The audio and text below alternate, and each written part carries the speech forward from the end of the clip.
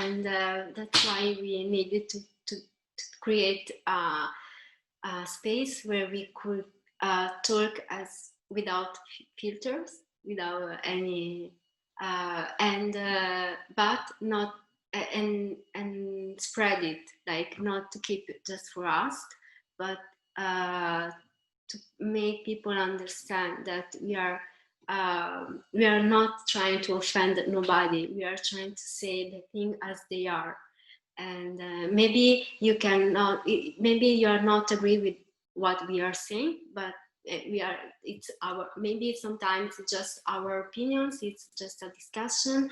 It's not that we are always right, but it's the terms, the words are like, we didn't make the difference between white and black. It's the European that did it centuries ago.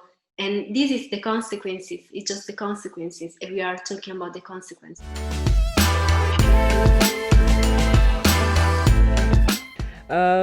Just trying to connect the dots between how Africans in diaspora growing up in the West found reflections as teenagers. What was your experience like in terms of musicians, film?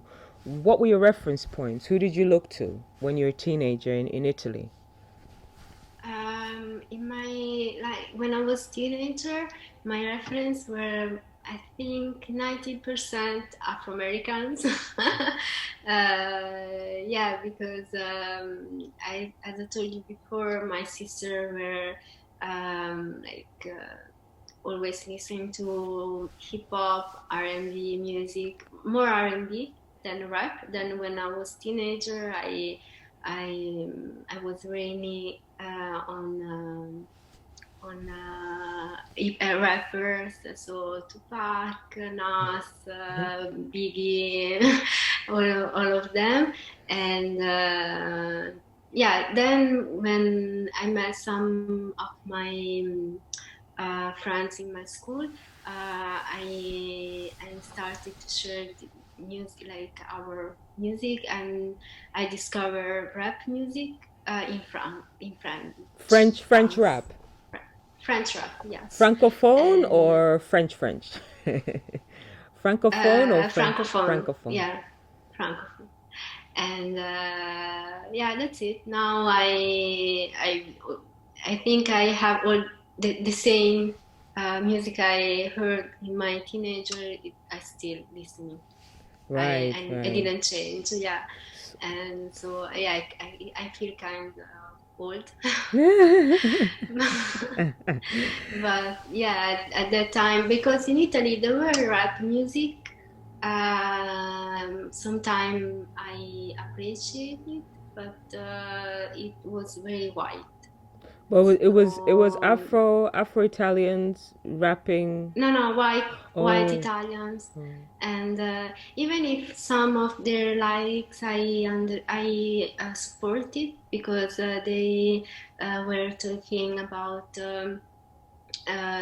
social issues, and they were from like how you call it, Tough the background. centri sociali. Hmm? I missed that. So Sorry. was Letizia, i centri sociali in inglese.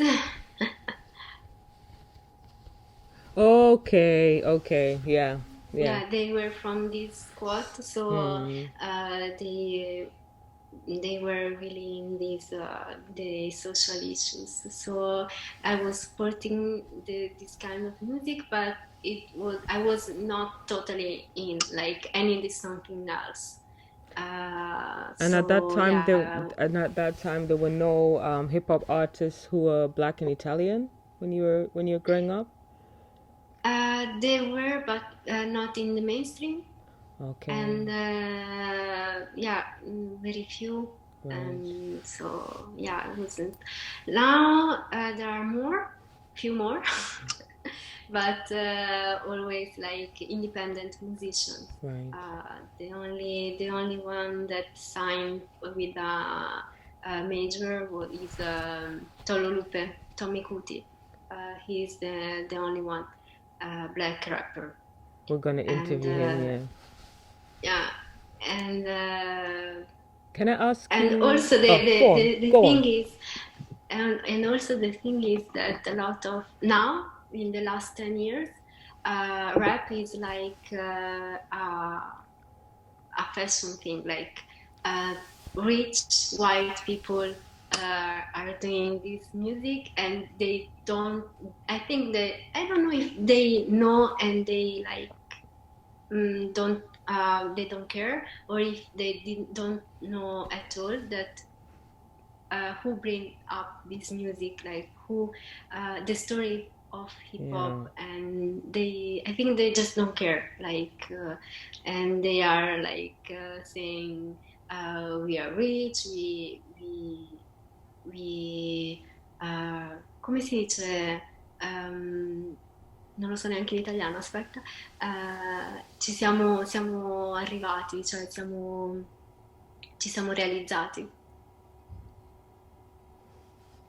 Right. We achieve it, we achieve our goal and Yeah. stuff like that, but actually there is no struggle in that because they are privileged, so it's like You make a. they are not earning anything, they Hmm. just I think it's maybe it's now the style is this one, maybe, but um, I think also in the US there is this changing of hip hop. Now it's trap and it's not rinsing a lot, but at the same time there are so many artists that stuck with the real nature of hip hop. Yeah, I think it's interesting what you say because, like my teenage years, it was my reference points are also African American, even though I was in the UK, and Vogue, Bobby Brown, all those guys. Um, and so I find that a running theme. But also this idea of, I mean, we talk about it, cultural appropriation, right? But I get this feeling that Africa and Africans in general, the creative aspect, always creates but does not keep ownership. So when I look at what we're talking about hip hop, two guys, African American, put two decks together because they couldn't afford instruments. So you then work outside the box. So what you do, you put two decks together, you make a slider, which is also created by an African American. The idea of fades, you know. So we can go back to that. Unfortunately, I think that the Western world sells black culture. Yeah. um, it's a huge resource. So now the top DJs, you will not find a black face. The top graffiti artists, you will not find a black face. And at the end of the day, there will be a generation who will not know where it came from. But that's been happening since the beginning. Yeah. All right, so Yeah. that is has not changed yet. And as much as I'm Mhm. optimistic, it's up to the generations that come to unearth the history and share it constantly unearthing. I feel it's a constant cover up and then revealing. Every generation goes through like Yeah. full of lies, and then like, what's the truth? Oh, this is the truth. Okay, it just doesn't change, you know. Yeah. Yeah. So Yeah. every generation has got their Elvis Presley, their Justin Timberlake. That it doesn't change. And Mhm. it's all about, I think it's all about words and vocabulary, because you can say, I'm just marketing it to the mainstream. What are you saying by that? I'm just making it palatable for mainstream audiences. What are you saying by that? That's the same terminology that African Americans had with music back in the 1920s, 30s. They had to do the chitlin circuit. Chitlin circuit was all like back alley, off circuit houses where you'd perform for next to no money. I Mhm. mean, I guess you know all that as well because you probably studied Yeah. it. Yeah. And then you're allowed onto the mainstream, and you had to water down everything. you know? So I just find it funny. The pattern just doesn't, just a remix all the No, time it's for a yeah. different generations. So I find that a little bit frustrating that each generation has to do so much work to discover just a little bit, iota of truth, just a moment of truth. What do you think? Yeah. Yeah, definitely. Yeah, as you told, it's a pattern that it makes every time in every generation and in all the places Yes, actually. yes, Like in yes. Western states are always the same thing. It's always the same thing. So, but I think that in Italy maybe something can change now with the new generation because there is I see more awareness, and also there is more Black people than before. So I went to this sit-in with the Black Lives Matter, Italian Black Lives Matter, and there were a lot of young Black people, women and men, and they were very like I never see that here actually. And just once, like in 2008, Hmm. when a young black boy, a young black man was killed. They didn't target it like as a racism Hate thing crime. because Mm. in Italy, yeah, because in Italy it's never racist. Mm. It's never a racist action. It's always something else. They don't like to call it like that, but it was, and so we participate to this big manifestation on his honor, and yeah, there were a lot of Black people, and but as this year in 2020 was like a different thing, a really different thing, and I think that maybe a little change step by step could be also possible.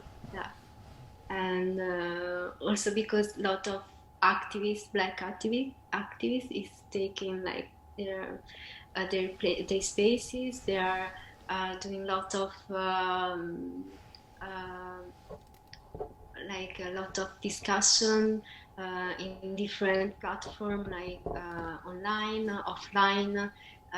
There are Black writers that are emerging, documentarians, and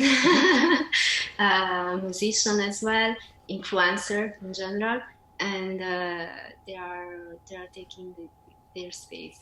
It's not always easy. It's not always perfect. We are making a lot of mistakes. It's normal. It's our path, but we are doing something at least. You have a podcast, right, where you discuss identity and stuff. Can you tell me a little Yeah, bit about what is the name, when does it happen, if maybe somebody wants to listen out for it? yeah, sure. The oh, sorry, the podcast I hosting is called Black Coffee, and I'm doing it with Emmanuelle Marechal. She's from Cameroon and she grew up in France. So she now is living in UK. So we are doing this online, um, uh, and we decided to do this podcast about Black identities in Italy because we met like in November last year in 2019, and we were talking about my documentary because she had this podcast, the Little Black Diary stories, on Black stories in Europe in general. And so she was traveling and she discovered my documentary, so she wanted to meet me. And we talked like I think for 2 or 3 hours. And but we never met before, but we had this connection that was immediately. And I was like talking about how white people look at us, how Black people feeling in a white society, the differences in the Black communities, because it's not only just one community in Italy, it's a lot of communities. So, and at the end of our meeting, I was like, why we are talking like that? Like, why we can talk like that when we are just us, and when we talk with other people, even if they are like the good one, like the one that want to contribute with the integration, with they are supporting for example, the citizenship reform, all this stuff. But when you use the white, when you describe them as white people, they get offended. Or when you say that the system is racist, they think that you are telling them that they are racist. All this stuff, and you need always to be Very delicate about it. yeah, very delicate, and also think which word to Exactly. use, Exactly. explain, and it's difficult when we are between us. We just talk. Yeah. I think And I think it makes me recognize some themes.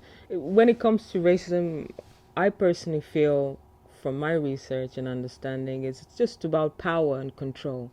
You can't rip a whole continent of its wealth and allow people to participate in that with you without convincing them that they're worthless and have contributed nothing and will never have anything to contribute. So just dehumanize them.